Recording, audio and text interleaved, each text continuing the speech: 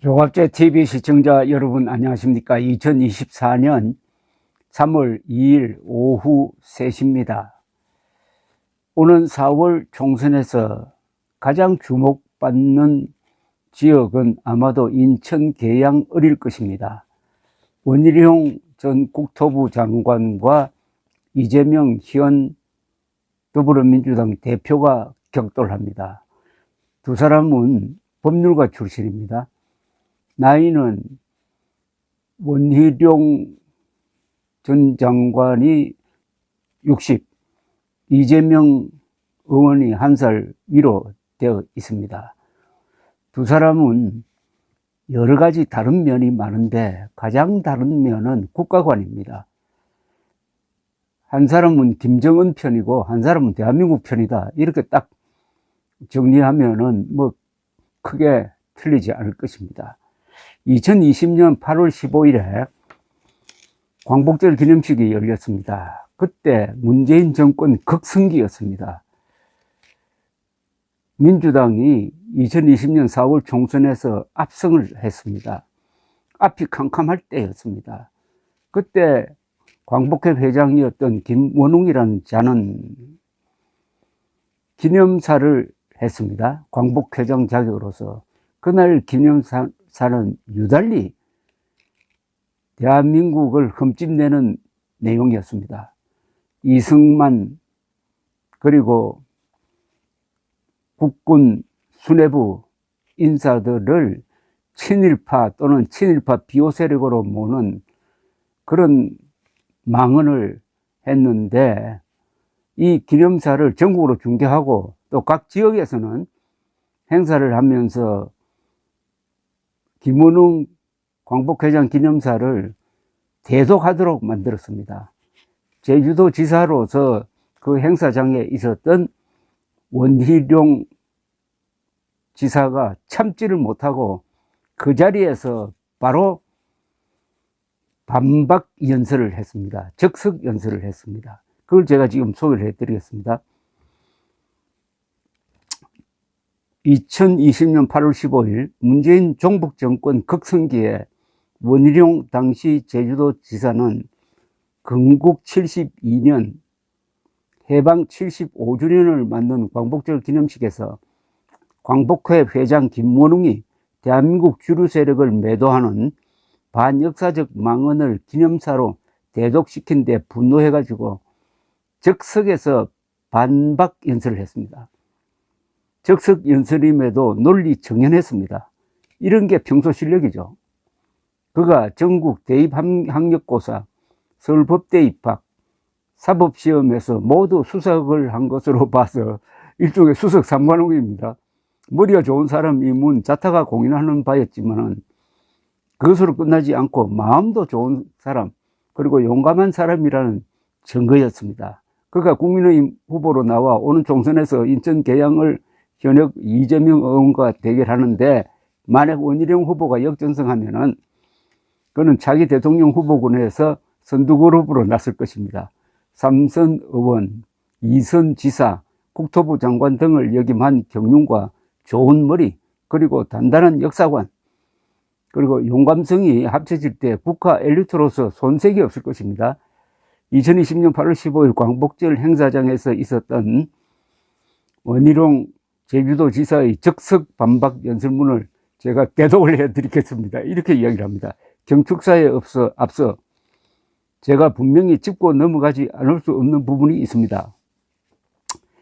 김원웅 광복회장, 우리 국민의 대다수와 제주도민들이 결코 동의할 수 없는 매우 치우친 역사관이 들어가 있는 이야기를 기념사라고 광복회 제주 지부장에게 대독하게 만든 이 처사에 대해 매우 유감이며 제주도 지사로서 내용에 결코 동의할 수 없음을 밝힙니다. 조국 독립을 위해 목숨을 걸고 싸운 분들 진심으로 존경하고 그분들의 뜻을 기리기 위해 저희의 평생 후손 대대로 최선을 다할 것입니다. 하지만 태어나 보니 일본 식민지였고 거기에서 일본 식민지의 식민으로 살아가면서 자신의 의지만으로 선택할 수 없는 인생을 살았던 많은 사람들이 있었습니다. 비록 모두가 독립운동에 나서지 못했지만 식민지 백성으로 살았다는 것이 죄는 아닙니다. 앞잡이들은 단죄를 받아야겠죠. 하지만 인간은 한계가 있는 것이고 특히 역사 앞에서 나라를 잃은 주권 없는 백성은 한없이 연약하기만 했습니다. 그렇기 때문에 우리는 공과 과를 함께 보는 것입니다. 3년의 해방 정국을 거쳐서 김일성 공산군대가 대한민국을 공산화시키려고 왔을 때 목숨을 걸고 나라를 지켰던 군인과 국민들이 있었습니다. 그분들 중에는 일본 군대에 복무했던 분들도 있었습니다. 하지만 한국전쟁에서 나라를 지킨 그 공을 우리가 보면서 역사 앞에서 공과 과를 겸하게 보는 것입니다. 그 후 세계 최후진국에서 가난한 나라에서 경제성장을 이루기 위해 많은 노력이 있었습니다. 또 민주화를 위한 많은 희생도 있었습니다. 오늘의 선진 대한민국을 만드는 데는 많은 분들의 공이 있었고 과도 있었습니다. 지금 75주년을 맞은 이때에 역사의 한 시기에 이편 저편을 나누어서 하나만이 옳고 나머지는 모두 단죄받아야 한다는 그러한 시각으로 역사를 조각내고 국민을 다시 편가르게 하는 데는 결코 동의할 수 없습니다. 앞으로 이런 식의 기념사를 또 보낸다면 저희는 광복절 경축식의 모든 계획과 행정 집행을 원점에서 검토하겠습니다. 광복절 경축식은 특정 정치 견해의 집회가 아닙니다.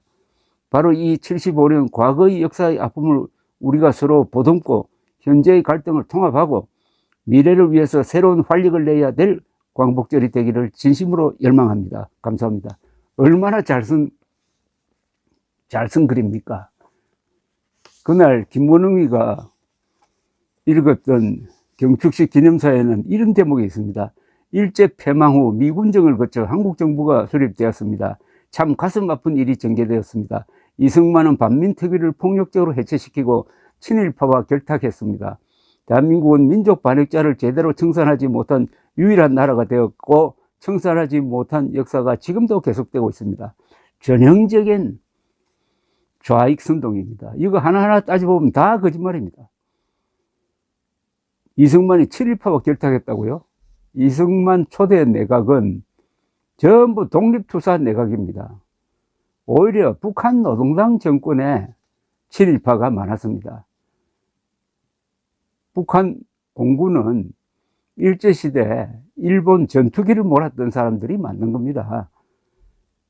김일성의 동생은 일본 군대 통역을 한 자입니다. 자신에게 충성하는 친일파는 봐주고 반대하는 친일파는 숙청했을 뿐입니다. 민족 반역자들 제대로 청산을 하지 못한 유일한 나라가 되었다는데 이건 반대말입니다. 민족 반역자를 우리는 청산했고 북한은 청산하지 않았죠. 무슨 뜻이냐? 민족 반역자가 대한민국 건국이 된 다음에도 대한민국에 반대하면 그게 진짜 민족 반역자 아닙니까?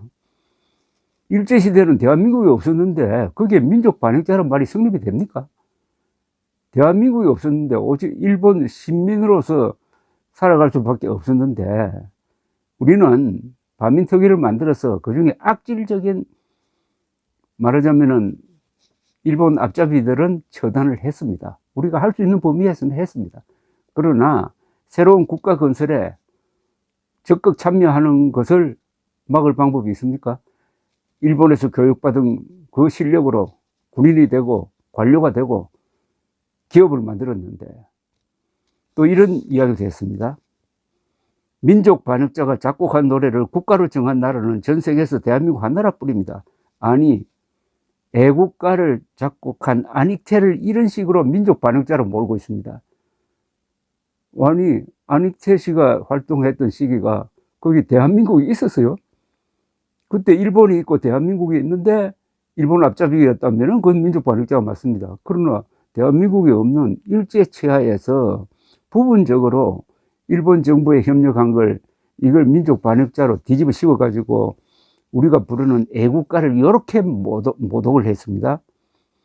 또 서울 현충원에서 가장 명당이라는 곳에 독립군 토벌에 앞장섰던 자가 묻혀 있습니다. 이게 다 거짓말입니다.